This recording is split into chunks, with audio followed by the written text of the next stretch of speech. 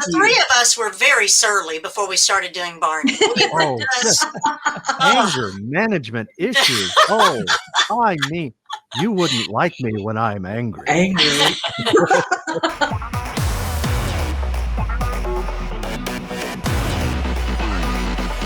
Hello and welcome to another edition of GalaxyCon Live, where we are bringing the convention experience directly to you. Today, we head back to the schoolyard and use our imagination to summon our favorite dinosaur friends. First, you know her as the Protoceratops. BJ, please help me welcome Patty Wirtz. Hi. Glad Patty, to be here, Milo. Hi, everybody. It's wonderful. Yeah, glad to have you here on a beautiful Sunday. How is it where you are? We have been in monsoon season here in Texas where I live, but it's wonderful because we've had a beautiful, cool spring and everything's coming up roses. It's beautiful right now. That's a good way to look at it. That's a very backyard gang way to look at it. Yeah. Well, after so many years, it's instilled in me now. Absolutely. It's got to be there. Why don't we bring along your television sister? Oh, yes, I would love to do that. Bring on the Bob. So at this time, ladies and gentlemen, please help me welcome the voice of Baby Bop, Julie Johnson. Hi. Hello, Hi. everybody. Good. I'm glad to have you here. I'm so glad to be here, too. Yes, Patty and I are from the same state, so I've been in the monsoon myself, but the sun is out and the birds you may hear birds in the background right outside my window. So everybody's happy up here. Man, let's keep the happiness going. I'm so glad to have you back. It's such a great time around a couple months ago, and now we're back. We may have to burst into the raindrop song at any time. Everybody. Be careful when the birds fly over. You don't really want to be doing that. We've been warned. And on that note, please help me welcome Chuck E. Cheese fans. You may know him as Jasper and Pasquale. Barney Friends, you know him as the voice of Barney. Please help me welcome my good friend, Bob West. Hi,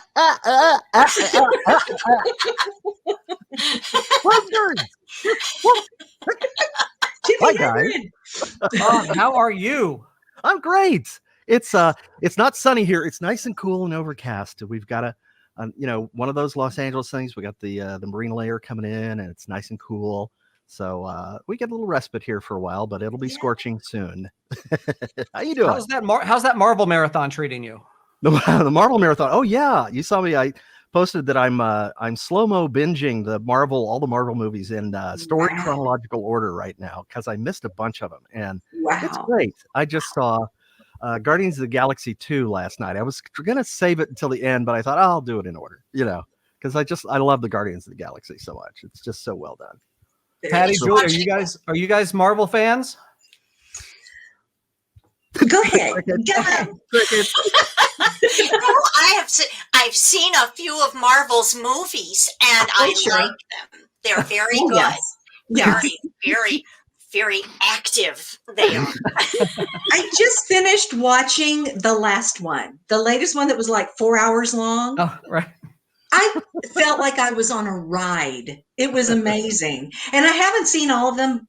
Bob, I'm like you. I mean, I've seen a couple here and there, and I love the Wonder Woman series. That's my favorite, of course. Why not?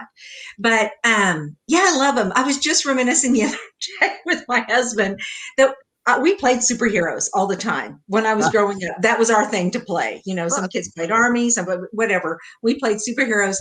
But I should have chosen Wonder Woman, I chose Phantom Girl. Ooh, have you ever heard of that character? Just like she was one. I don't think she was a Marvel character. I'm not sure, but her big thing was she could walk through walls. That was it. Okay, that's not the worst. Isn't she one of the X-Men?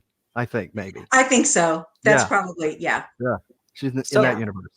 Yeah. Here we are in 2021. It's been 30 years. Yes. Did you think that in 2021 we would be here still talking about Barney and Friends? I didn't think I'd be here. What do I'm still here. What? This is great. No, it's been amazing. It's been really a lot of fun. That it's interesting. One of the fans put a post up about on my page. I've had my page on Facebook for like 10 years, and I was kind of not all that active on it. And one of the fans put up a post that said, coming up on, I can't remember the date now, September something. It's the 30th anniversary of the premiere of the very first video from the Barney in the Backyard Gang. And I thought, oh, that's great. It's 30 years. That's amazing. So I made a post about that, and it went out, and I just, I didn't boost it. I didn't advertise it at all. It started getting shared, and it ended up being seen by about 110,000 people. Wow. And at that point, I thought, maybe I should start being more active. People apparently are interested. So, the fans are out there, and they're wonderful. They're just so awesome. They're raising their own babies now. We helped, not helped raise, but we certainly helped bring music and joy and learning to at least 3-4 generations there of kids. I mean, we went through that many kids in the cast that as they got a little too old, to be kids on the show, then we got a new bunch of younger kids every couple of years. And when you think about that spread out all over the nation and then all over the world, it's really humbling and really, really exciting to think how many children we did reach and how many we still do. And those children are having children. So, it's interesting to think about the generations. It's amazing to think that it's been 30 years. Hard to believe. Yeah. And we were active doing the show for a large portion of those 30 years. You guys longer than me too. Yeah. Yeah. 20 years I know that I was 18 years for me. I think it was. Yeah. 19 for me. And 12 for me. Yeah. And 107 for Bob. In years. Dinosaur years. Now, because you have touched so many people and from a ton of ages, when you're going to conventions, how many people are just breaking down and crying in front of you because you are Baby Bop, you are BJ, you are Barney? Well, I can tell you, I was really floored by the reaction when I was at my first convention. It was SuperCon in Florida, Miami Beach, and there were people who came up, who would just come up and start talking to me about Barney, and they would just burst into tears. Aww. It was amazing. I was so weird. I actually kept count one day. It was like the second day. There were like 7 people within that day, just that one day, who just came up and started talking about what Barney meant to them, what, all the things that Barney had helped get them through. They didn't have really great health when they were tiny, and they said their mom and dad would give them the Barney doll, and it would really comfort them, and it got them through a series of surgeries, or it got them through chemo or whatever. And then, a girl comes to me and says, well, she's a woman now. She says, my entire family, we're refugees from Vietnam, and we all learned English by watching Barney. I mean, it's just so much of that coming to us. It's been amazing out on the road. I'm ready to get back to the live shows. That's for sure. Yeah. You could write a book.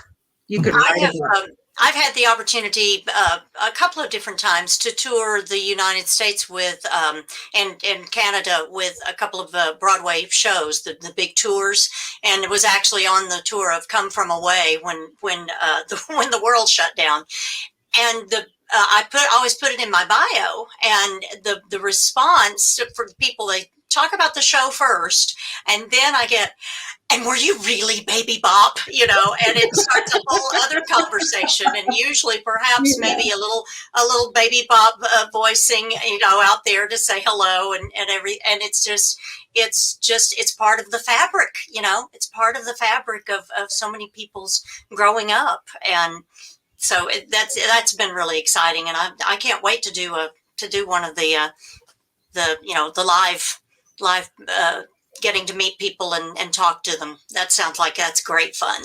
Yeah. And if you ever get a chance, if anybody ever gets a chance to see Come From Away with Julie Johnson, it is a fantastic show. I'm very critical, having done a little bit of musical theater myself. I'm very, very, very picky about my shows, and I got to tell you, it's a fantastic show, and Julie is fantastic in it. So see it when it comes to New Year. Please do. I'll pay you later, Bob. Check the mail. Checks in the mail. Checks in the mail. Patty, you came into Barney and Friends during the second season. Mm-hmm. So were you? It was actually the third season. Mm-hmm. So were you familiar with the phenomenon, the juggernaut that was Barney and Friends at that time? I was not when I auditioned for the show. My agent called and said, "Can you do the voice of a little boy dinosaur?" And well,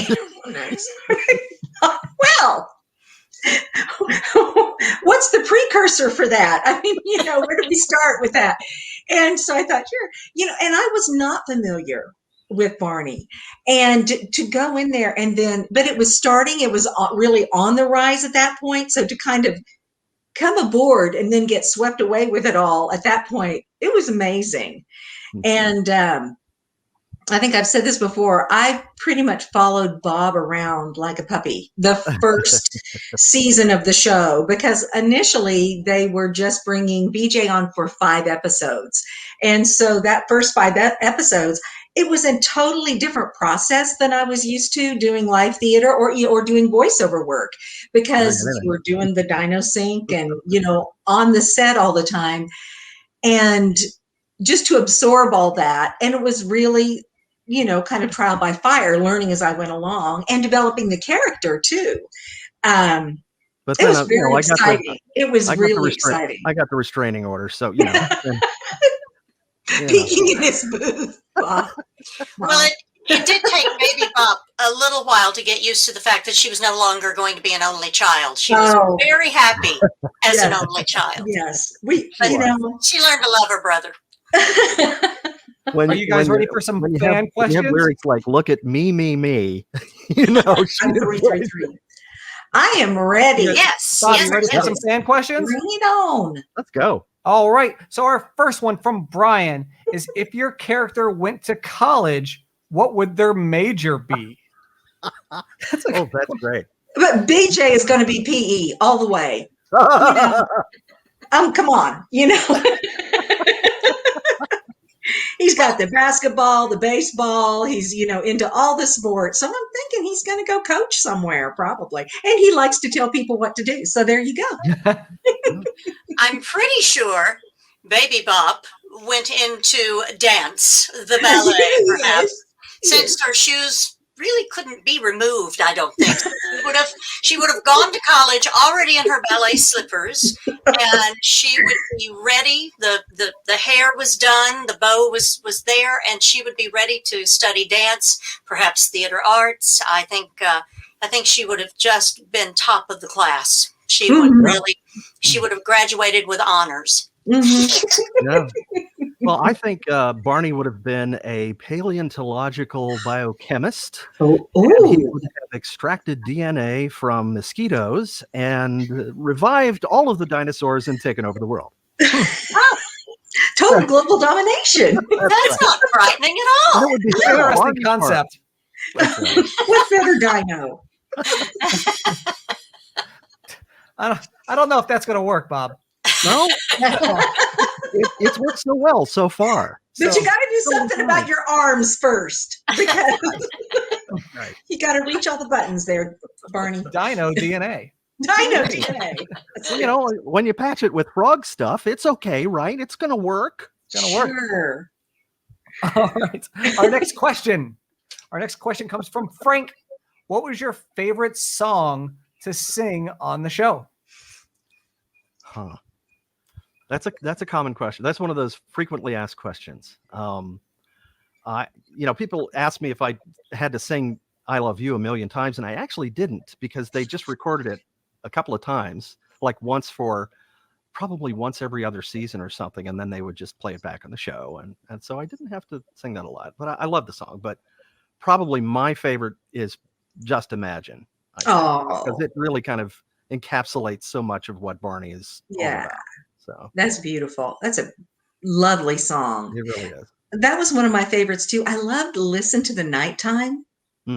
It was a beautiful song. But as far as just having fun with the song, I loved "Flying in an Airplane." I don't know why.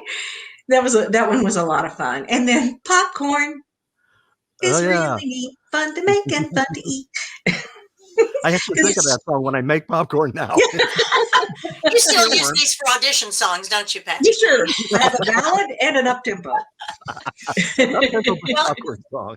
I'm torn between "Itsy Bitsy Spider" because, of course, in my booth, I would try. See, I still can't do it. I'd do my best to do there. Oh! I think I got it. Anyway, but one of my favorite things that I got to sing for one of our holiday videos with Baby Bop, and also on a holiday recording, I think Baby Bop got to sing "Dreidel." Dreidel, dreidel, dreidel, I made it out of clay, and when it's dry and ready, my dreidel I will play. I loved singing that song. I thought that was the cutest thing. Oh, dreidel. Everybody. Give it the oh. Totally. Awesome. I think I don't know if I could name a favorite song. So I'm glad you guys answered for me. All right.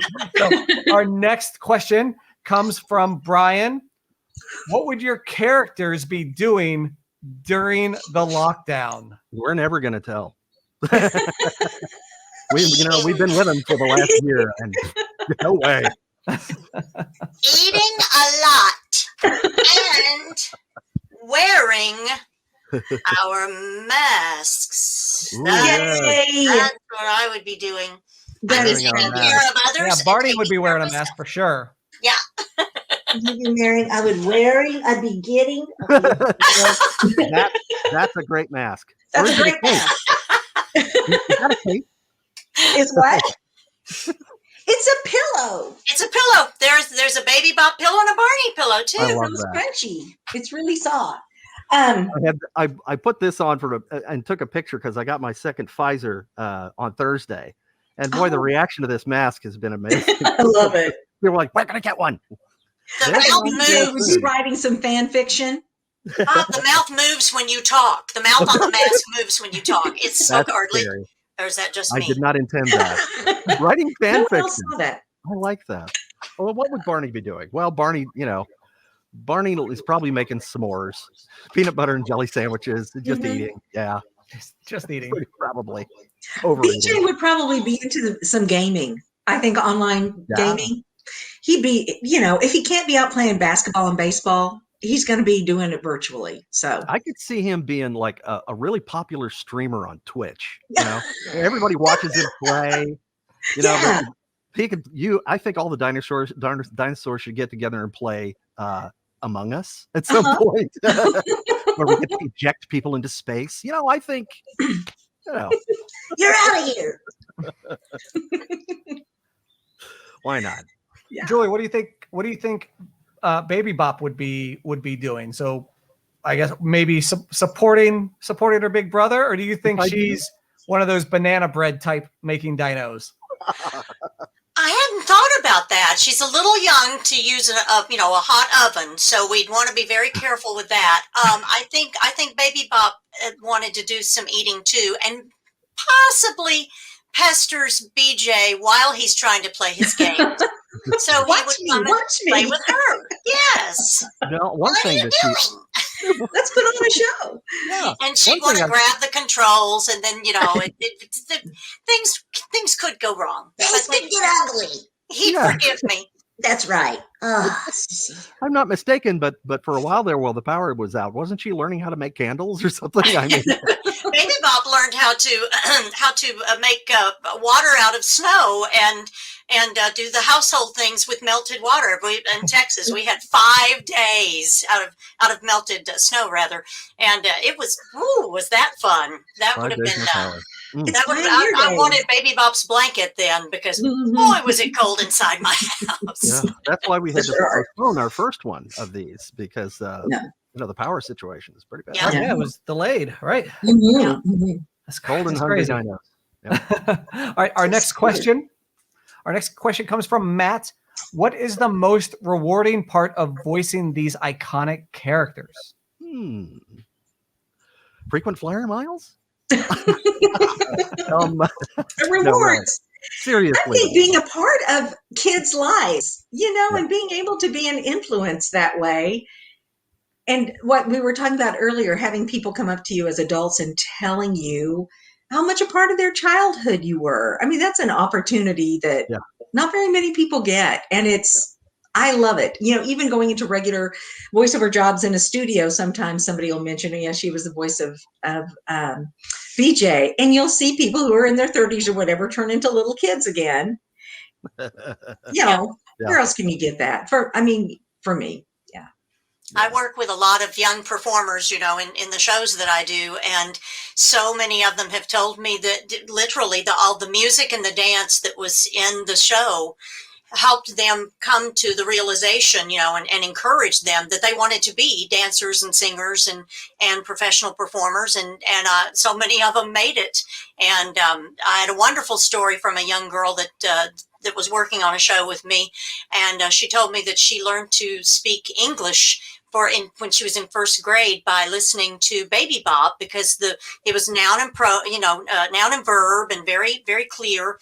And she was having a little trouble learning to speak English because she had come from Mexico, and she learned to speak English and was able to go on and move on with her first grade class instead of being held back.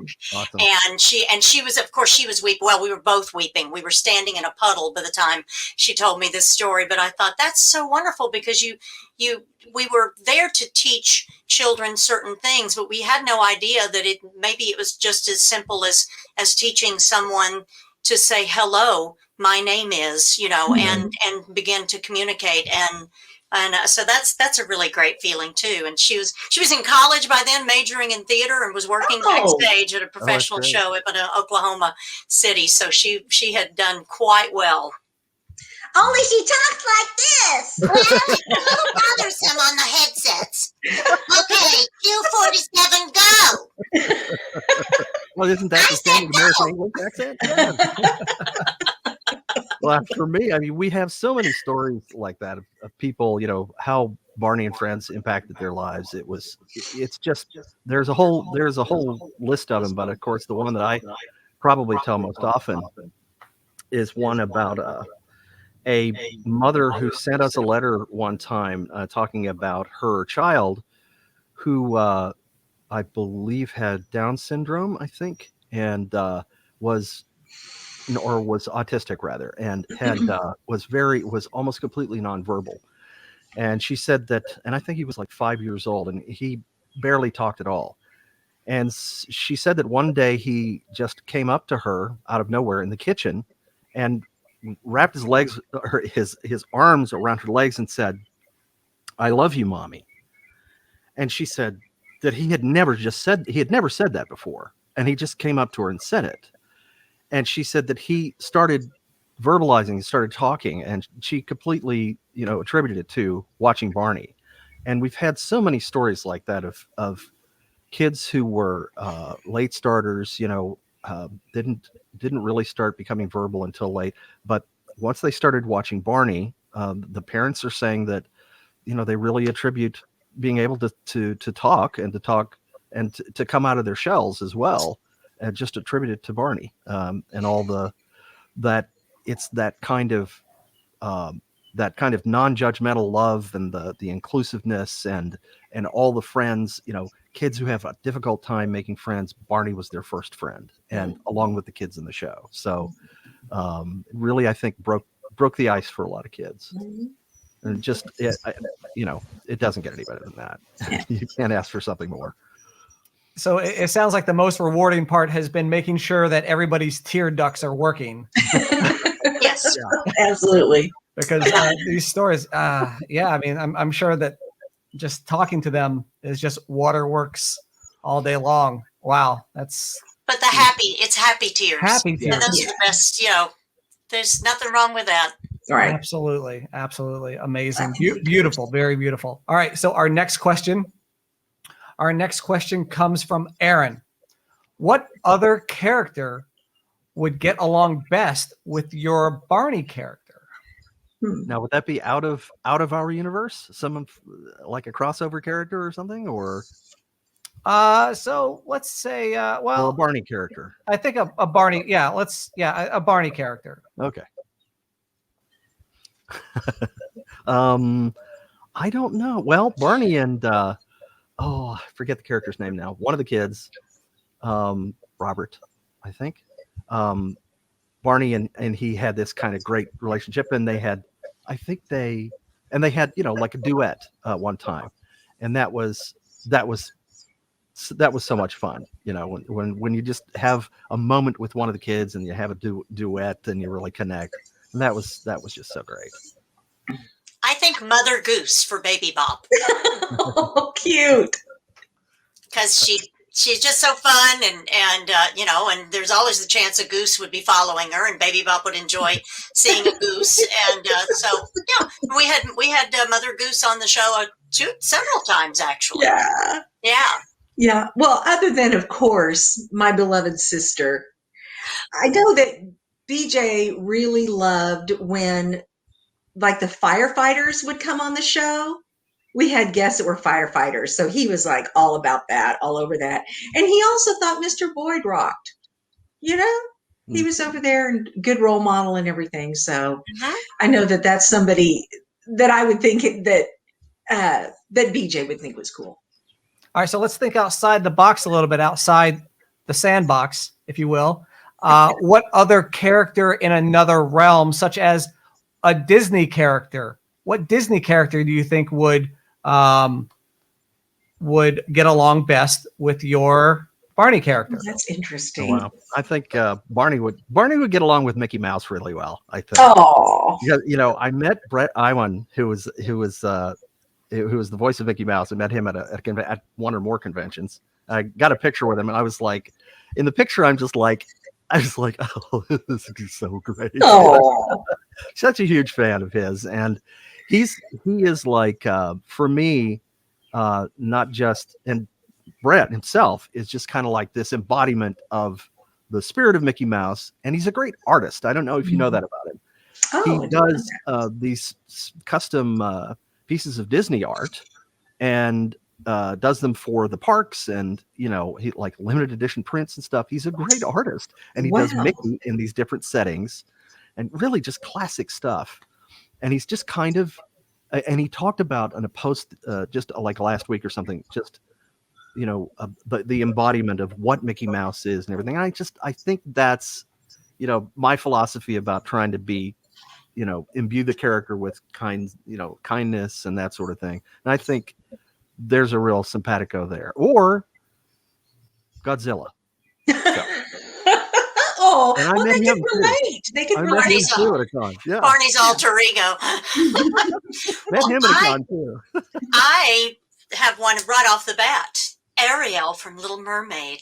Ooh. Yeah, because I actually know Jodie Benson. We actually did some shows together, and she had we both got to talk while we were rehearsing and everything, and got to talk about being a part of children's lives, because I was doing. I think had I booked Baby Bop then? I could be doing a little time melding here. We'll just go with this. But anyway, she's absolutely fabulous, and and has continued to work so much, and her voice singing that music is just stunning, and so it was a lot of fun to to get to work with the people that with the behind the scenes of the characters. That's you feel like you've gotten some kind of special dispensation, to get to know them in that way. So it's Ariel for me. Oh, I would think for BJ, it would be the genie from Aladdin. Oh, yeah. He would be all over that. Now do this. Now do this. Now do that. That was funny, Robin Williams action. Awesome. It would be nonstop fun, I can see that. Yeah. I could definitely see that. Yeah. All right. So our next question comes from Rachel. What was your favorite food or drink on the series? Well, BJ's was Pickles. Captain Pickles. He had a character, a superhero, and everything because it was all about the pickles. Yeah. Well, so that's there. It's written, it's part of the legend. Now, Patty, are you all about the pickles? I am not. I like pickles, but come on. Not all about them. I love Texas. I wrote a pickles. poem about gherkins. That's right. You had a poem about. I like pickles. I like them well, but I'm talking. I live in Texas. We have barbecue. We have Mexican food. We have, And a pickle jar at the theater. There was always a pickle jar, dill pickles at the theater. At the theater, right? Yes, when you go to the movies, love it. Let's see. My favorite food. We had a Halloween episode where BJ and Baby Bop kept being. It may have been a video, but we kept being just a little too late to every house. The candy was gone, and we would get vegetables, which was something that was a good lesson to be learned. That vegetables can be just as wonderful as a bag of candy. Even if they're not dipped in So chocolate. I'm going to say Halloween vegetables. Halloween vegetables. Yeah, that would be on the orange celery. ones. Yes. That would be the orange ones. Yeah. Well, that was a fun episode. It was. It was. That's one of the episodes I look back on and think I just adored that because everything kept happening. Baby Bop forgot her bag for the candy, or she forgot this and that. So we kept having to go back. And by the time, we went to the house, and BJ comes out, celery. It was just beautiful. it takes more calories to eat than there's that. Bob, what about you? For me, it's tough. The popcorn. I'm a popcorn fanatic. I have, a jar of Orals in my cupboard at all times. I actually got a subscription, and it keeps coming to me every 6 weeks or so. And if you don't turn those off at the right time, you can end up with an entire closet full of popcorn. Let me tell you. But all right, so party at Bob's house. Yeah. Party of I Bob's. got the oil, and I actually have. I probably should just bring it on camera. I have a box full of the oil. It's like 6 of them in one box. Like, I didn't know this about you. All the time that we were on set, I did not know you were a popcorn aficionado. I'm a popcorn hoarder. What can I say? It's good stuff. It is good stuff. Yeah. But it's and I have lunch bags, just paper lunch bags that I use because you can't use the ones from the supermarket. Oh, those have chemicals in them. So. Oh, okay. Oh, yeah. But peanut butter and jelly sandwiches, I think, for my character at least, those were lots of slathering of the peanut butter and the jelly, and of course I would put some butter on there too. We never did do a fondue episode. Didn't. It was always the peanut butter and jelly or the s'mores. I think we missed out there. There was open flame and sharp sticks involved, and I think that was probably not the best idea. Creamy cheese. Not for the kids, for the adults. We just couldn't be trusted with Baby Bob gets flammable completely tied wooden up in strings of sticks. cheese. Yes. So Bob, what I'm hearing is when for guests that come meet you at conventions, for everyone to bring you popcorn. That's what I'm hearing. Oh no. Okay. Well, thank you. No, I mean, there's sometimes there are popcorn vendors at the convention. Sometimes and I have to go sneak over there and get some. And an apple, popcorn and an apple. That'll do it for me. There you go. Our next question comes from Michael. What would be a message you would want a fan who grew up watching you to remember most? Wow, this is a good question. I'm letting the master go first. You know, it's the barn stir. No pressure. Sure. I don't. I think for me, it's just imagine. I think using your imagination it's not just, people talk about, a lot of times people think that imagination is something that's like a luxury or a pastime that's, like just something that you do when you're not working, or maybe, that you drift off into la la land and you're just daydreaming or something. And that's not really what it is. Imagination is using your mind to make connections and to think up new things and to create things out of nothing. Imagination to me is the purest form of creation, because you're making it out of just thought, and it exists in your mind, and you can see it and feel it and maybe smell it. And if you use your imagination while you're working, you're able to see this and think, there's a connection there. If I put these two things together and I do this, then this is better. You can improve things and you can make things. And for me, creation and making are really important. So imagination is, just use your imagination is important to me. I would second you on that, Bob. I just think that some of my favorite episodes are the ones where, every episode had to do with the imagination because that's how Barney was brought to life. But also the episodes we used to do with the Barney bag, that was early on in the series, and it was so simple. But that idea of kids taking things out of a bag and creating something there that was just like a little seed to spur that imagination and give you a jumping off point. And then watching the kids, take things and put things together. There's something about that kind of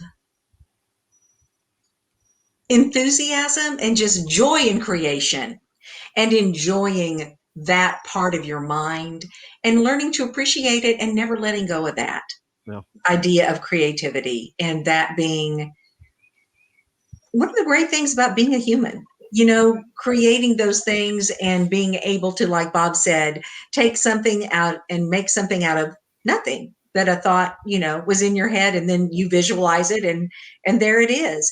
And I think part of the reason that those episodes were some of my favorites it's like real childhood when you were a kid, going out and playing with pieces of things you found in nature, whether it was flower necklaces or whatever, and just really appreciating those elements.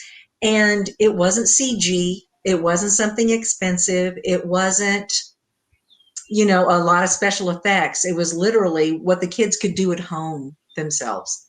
It wasn't the toy, it was the box. Yeah, exactly. Yeah, exactly. Well, because of this time that we've just been through with COVID-19 and our country and the world having to figure out different ways of expressing our love for each other, I think the phrase from the song, "With a great big hug and a kiss from me to you, won't you say you love me too?" That doesn't mean you literally have to tell every, strangers, "Hey, I love you." But if you do something that shows that you care, and we've had to avoid hugging for a while. I think it's going to come back, but find a way to hug somebody without it being, something where you have to put anybody in danger or at risk. Hug them with a kind word, hug them with a smile. And if you've had your vaccination, then you don't have to wear your mask and people can see your smile. I spent a lot of time smiling with my eyes as much as I could. It really looked very crazy when I have my mask on. But I think that's the one of the big the beauty is the show had lots of good messages. Yes. But, to love and don't be afraid to tell the people that you love them. Yep. Yep. How did PBS cast you guys so perfectly You just emit your characters so much, and it's so fun to see as a fan and just as another human being. You guys just have love, imagination, everything that I think we need right now, and it's I can't. They did a perfect job with you guys, and Thank I'm you, Milo. thrilled to be able to be here. I'm sorry to go off on a little thing, but man, I love it. Well, You guys we are were, Thank the you. three of us were very surly before we started doing Barney. We were Oh, just, Anger management issues. Oh, I mean, you wouldn't like me when I'm angry. Angry. it's a lot of a circle there, though, because Patty and I both did a lot of theater while we were still doing this show. And, when you're up till midnight with your show that you're doing and you're back in the studio at 6:30 in the morning, you can be a little surly when you come in. And I'm pretty sure that there are photos out there of me looking surly, but you couldn't, once we started, everything that might've been troubling you just wafted away, and you couldn't not have fun and be happy and and be kind. Especially when we're in a live crowd. Mm-hmm. Or a meet and greet or something. all right. And those characters, yeah. I think we got time for one more question here. All right. Right. So here we go. From Emily. If you could describe your character in one word, what would it be? See, I told you, quick question. Yeah. Literally. First one that popped into my mind, enthusiastic. BJ was always up for everything. Okay, let's try it. Let's go. Energy. It got him in trouble sometimes because he would sometimes jump in first, feet first before he really thought about consequences. But BJ was, enthusiastic. Giggly. Baby Bop was just giggly. She just enjoyed almost everything. Yep. Barney's, well, I can't say enthusiastic now because that's pretty much Barney too. But yeah. I think probably warm. I think for Barney, because there's a lot of that there. When he's not being enthusiastic, he's probably being warm. Yeah. Yeah. That's what I think of. I like warm. All right. So do you have anything else to say to our fans watching today before we wrap up? Thank you Yes. for being here and for hanging with us for all these years. Yeah, absolutely. Yeah. You mean the world to us. You really do.